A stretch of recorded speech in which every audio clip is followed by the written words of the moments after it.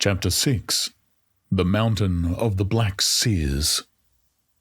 Where now? Yasmina was trying to sit erect on the rocking saddlebow, clutching her captor. She was conscious of a recognition of shame that she should not find unpleasant the feel of his muscular flesh under her fingers. "To Afghanistan," he answered.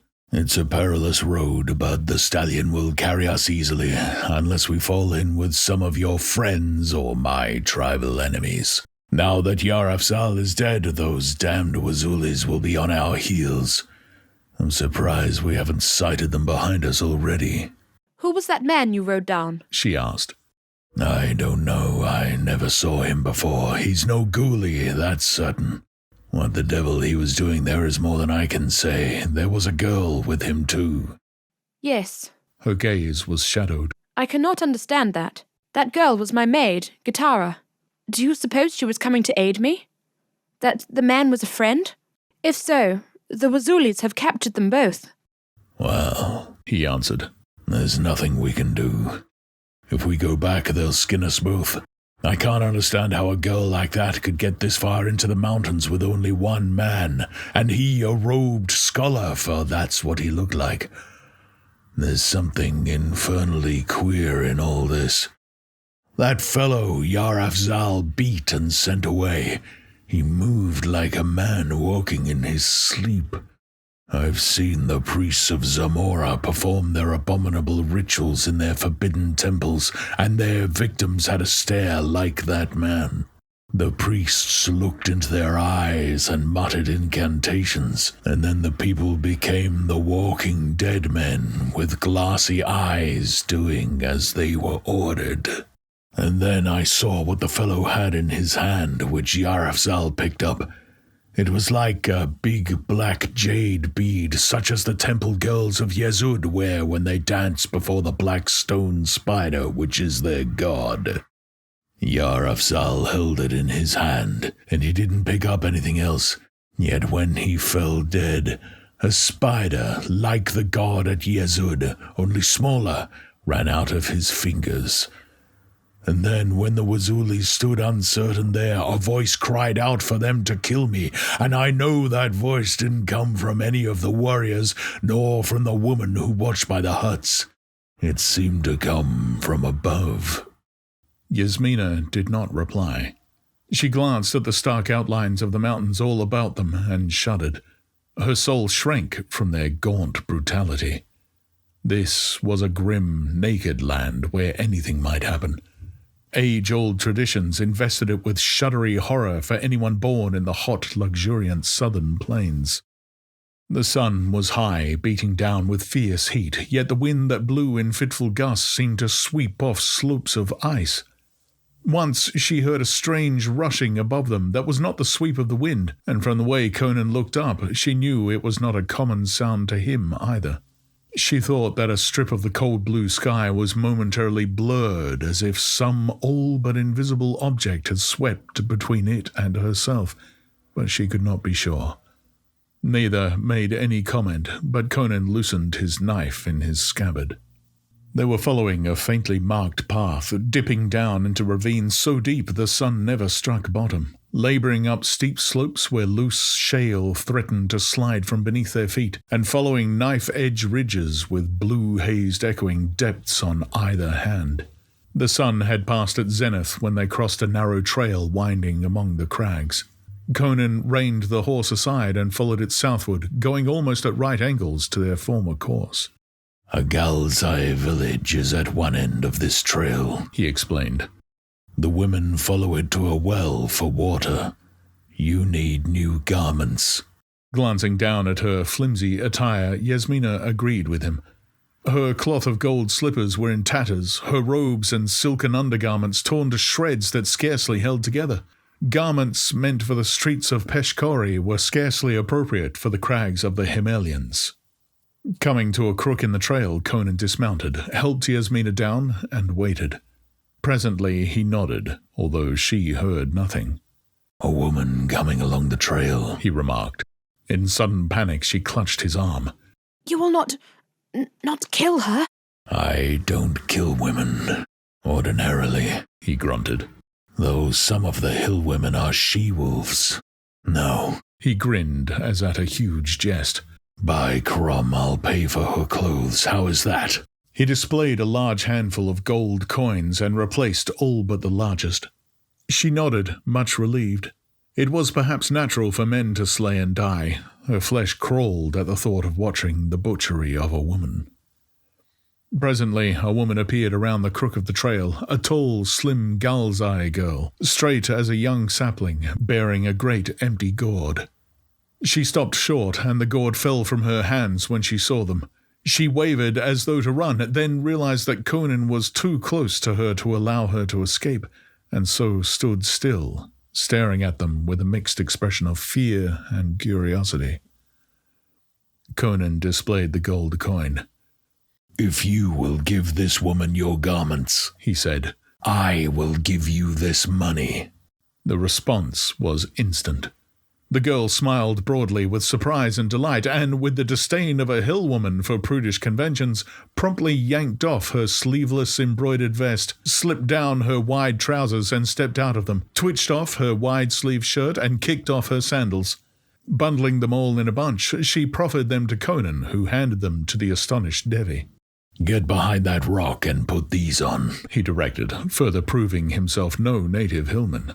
Fold your robes up into a bundle and bring them to me when you come out. The money, clamoured the hill girl, stretching out her hands eagerly. The gold you promised me.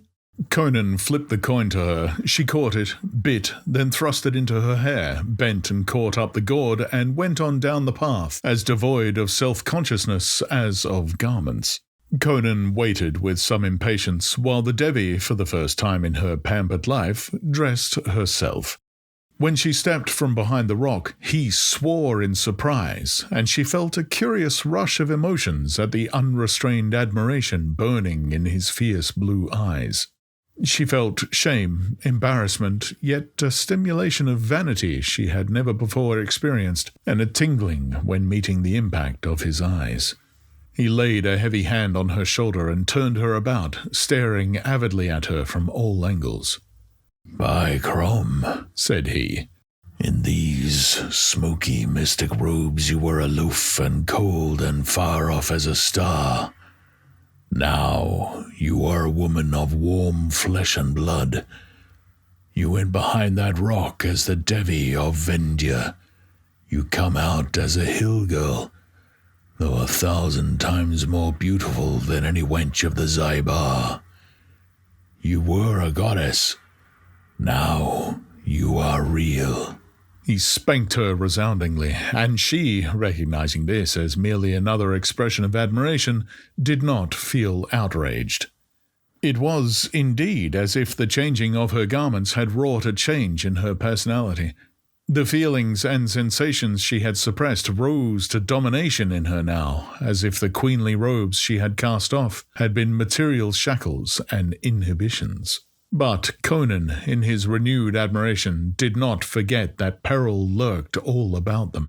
The farther they drew away from the region of the Zaibar, the less likely he was to encounter any Kshatriya troops. On the other hand, he had been listening all throughout their flight for sounds that would tell him the vengeful Wazulis of Kurum were on their heels. Swinging the Devi up, he followed her into the saddle and again reined the stallion westward. The bundle of garments she had given him he hurled off a cliff to fall into the depths of a 1,000-foot gorge. Why did you do that? She asked. Why did you not give them to the girl? The riders from Peshkori are combing these hills, he said. They'll be ambushed and harried at every turn, and by way of reprisal they'll destroy every village they can take. They may turn westward any time. If they found a girl wearing your garments, they'd torture her into talking, and she might put them on my trail. What will she do? Asked Yasmina. Go back to her village and tell her people that a stranger attacked her, he answered. Oh, she'll have them on our track all right. But she had to go on and get the water first. If she dared go back without it, they'd whip her skin off her. That gives us a long start. They'll never catch us. By nightfall, we'll cross the Afghuli border. There are no paths or signs of human habitation in these parts, she commented. Even for the Himalayans, this region seems singularly deserted. We have not seen a trail since we left the one where we met the Galzai woman. For answer, he pointed to the northwest, where she glimpsed a peak in a notch of the crags. Yimsha, grunted Conan. The tribes build their villages as far from the mountain as they can. She was instantly rigid with attention. Yimsha, she whispered. The mountain of the Black Seers. So they say, he answered. This is as near as I ever approached it. I have swung north to avoid any Kashtaria troops that might be prowling through the hills. The regular trail from Kurum to Afghanistan lies farther south. This is an ancient one and seldom used. She was staring intently at the distant peak. Her nails bit into her pink palms. How long would it take to reach Yimsha from this point? All the rest of the day and all night, he answered and grinned. Do you want to go there? My crom, it's no place for an ordinary human from what the hill people say. Why do they not gather and destroy the devils that inhabit it? She demanded. Wipe out wizards with swords. Anyway, they never interfere with people unless the people interfere with them. I never saw one of them, though I've talked with men who swore they had. They say they've glimpsed people from the tower among the crags at sunrise or sunset. Tall, silent men in black robes. Would you be afraid to attack them? I? The idea seemed a new one to him. Why, if they imposed upon me, it would be my life or theirs. But I have nothing to do with them. I came to these mountains to raise a following of human beings, not to war with wizards. Yasmina did not at once reply. She stared at the peak as a human enemy, feeling all her anger and hatred stir in her bosom anew, and another feeling began to take dim shape.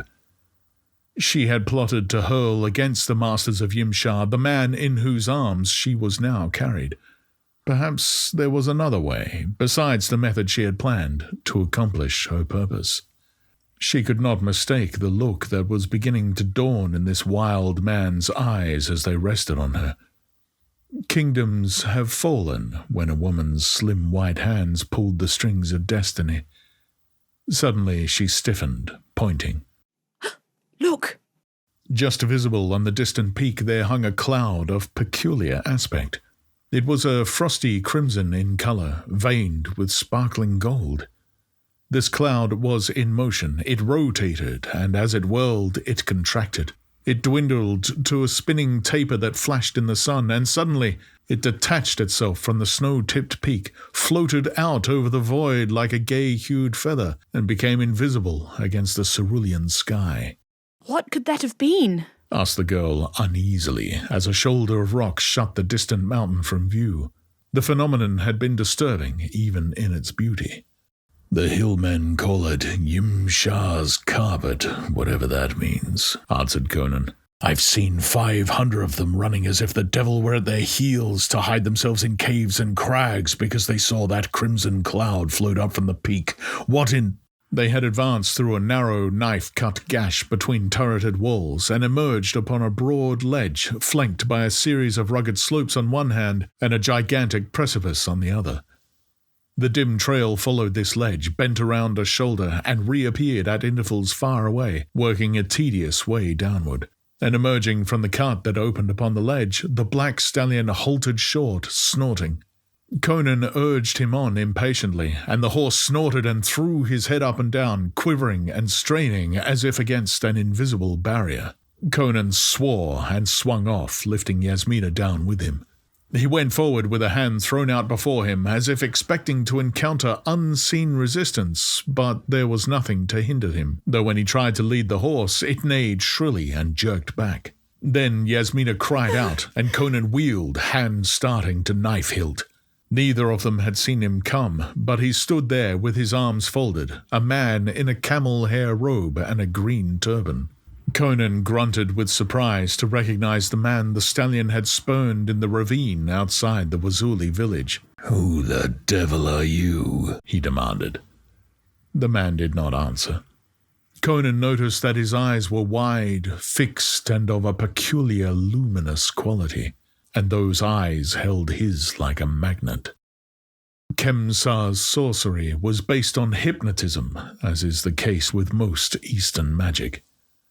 The way has been prepared for the hypnotist for untold centuries of generations who have lived and died in the firm conviction of the reality and power of hypnotism, building up by mass thought and practice a colossal, though intangible atmosphere against which the individual, steeped in the traditions of the land, finds himself helpless. But Conan was not a son of the East. Its traditions were meaningless to him. He was the product of an utterly alien atmosphere.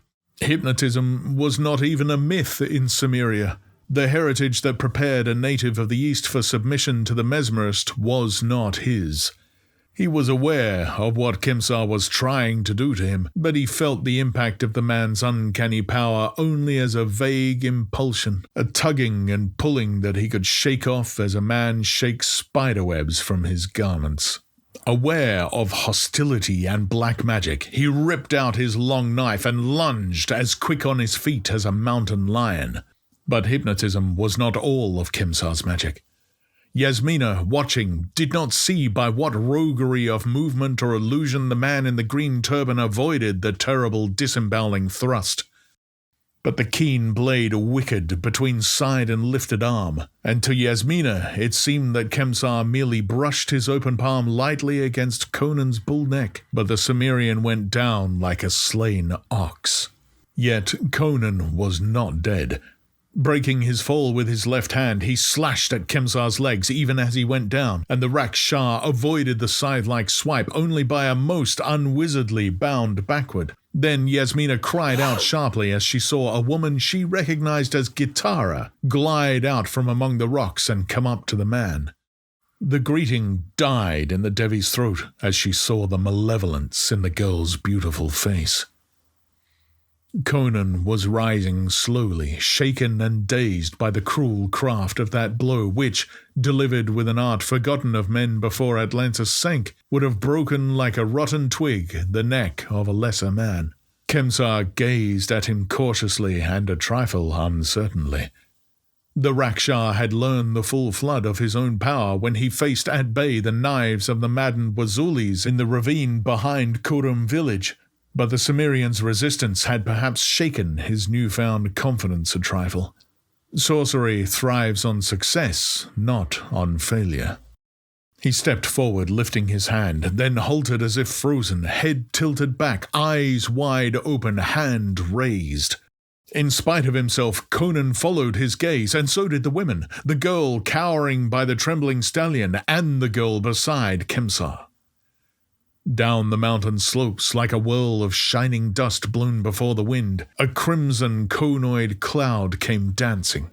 Khemsar's dark face turned ashen. His hand began to tremble, then sank to his side. The girl beside him, sensing the change in him, stared at him inquiringly. The crimson shape left the mountain slope and came down in a long, arching sweep. It struck the ledge between Conan and Khemsar, and the Rakshar gave back with a stifled cry. He backed away, pushing the girl Gitara back with groping, fending hands. The crimson cloud balanced like a spinning top for an instant, whirling in a dazzling sheen on its point. Then, without warning, it was gone, vanished as a bubble vanishes when burst. There, on the ledge, stood 4 men. It was miraculous, incredible, impossible, yet it was true. They were not ghosts or phantoms. They were 4 tall men with shaven, vulture-like heads and black robes that hid their feet. Their hands were concealed by their wide sleeves. They stood in silence, their naked heads nodding slightly in unison. They were facing Khemsar, but behind them Conan felt his own blood turning to ice in his veins. Rising, he backed stealthily away until he could feel the stallion's shoulder trembling against his back, and the Devi crept into the shelter of his arm. There was no word spoken. Silence hung like a stifling pall. All 4 of the men in black robes stared at Khemsar, Their vulture-like faces were immobile, their eyes introspective and contemplative. But Kemsar shook like a man in an ague. His feet were braced on the rock, his calves straining as if in physical combat. Sweat ran in streams down his dark face. His right hand locked on something under his brown robe so desperately that the blood ebbed from that hand and left it white. His left hand fell on the shoulder of Gitara and clutched in agony like the grasp of a drowning man. She did not flinch or whimper, though his fingers dug like talons into her firm flesh. Conan had witnessed hundreds of battles in his wild life, but never one like this, wherein 4 diabolical wills sought to beat down one lesser but equally devilish will that opposed them. But he only faintly sensed the monstrous quality of that hideous struggle. With his back to the wall, driven to bay by his former masters, Kemsar was fighting for his life with all the dark power, all the frightful knowledge they had taught him through long, grim years of neophytism and vassalage. He was stronger than even he had guessed, and the free exercise of his powers on his own behalf had tapped unsuspected reservoirs of forces, and he was nerved to super energy by frantic fear and desperation.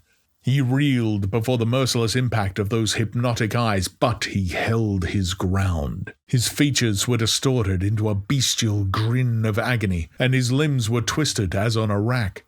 It was a war of souls, of frightful brains steeped in lore, forbidden to men for 1,000,000 years, of mentalities which had plumbed the abysses and explored the dark stars where spawn the shadows. Yasmina understood this better than did Conan, and she dimly understood why Kemsar could withstand the concentrated impact of those 4 hellish wills which might have blasted into atoms the very rock on which he stood. The reason was the girl that he clutched with the strength of his despair. She was like an anchor to his staggering soul, battered by the waves of those psychic emanations.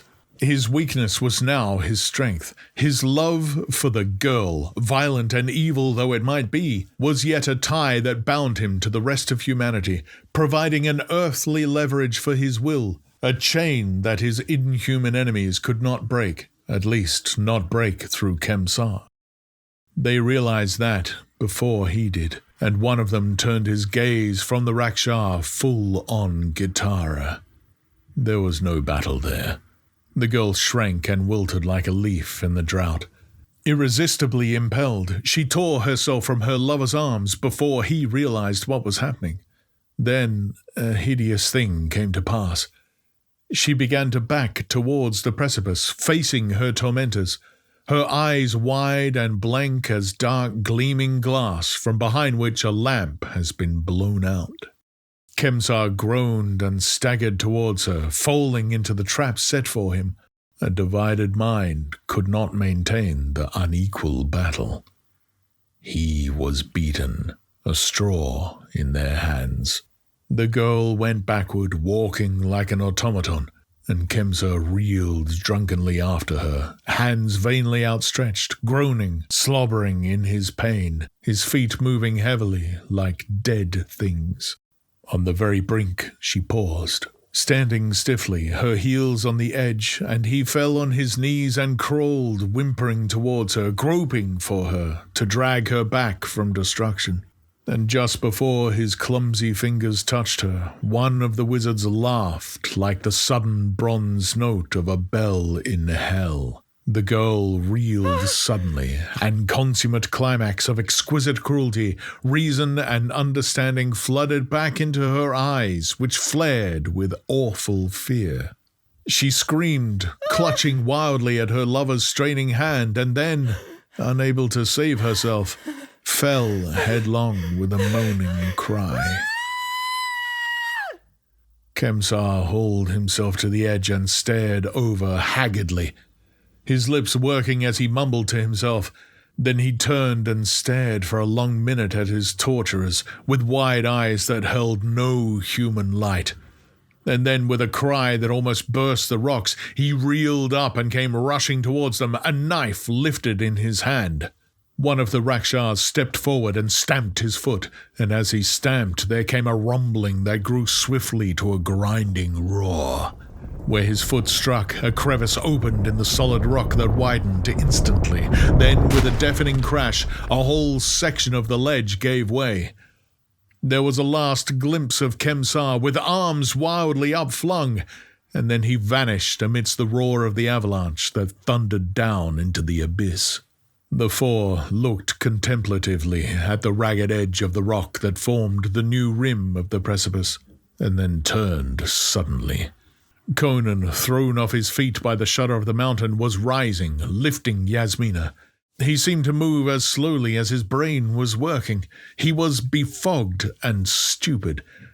He realized that there was a desperate need for him to lift the Devi on the black stallion and ride like the wind, but an unaccountable sluggishness weighted his every thought and action. And now the wizards had turned towards him. They raised their arms, and to his horrified sight, he saw their outlines fading, dimming, becoming hazy and nebulous as a crimson smoke billowed around their feet and rose about them. They were blotted out by a sudden whirling cloud. Then he realized that he too was enveloped in a blinding crimson mist. He heard Yasmina scream, and the stallion cried out like a woman in pain. The Devi was torn from his arm, and as he lashed out with his knife blindly, a terrific blow like a gust of storm wind knocked him sprawling against a rock. Dazedly, he saw a crimson conoid cloud spinning up and over the mountain slopes. Yasmina was gone, and so were the four men in black.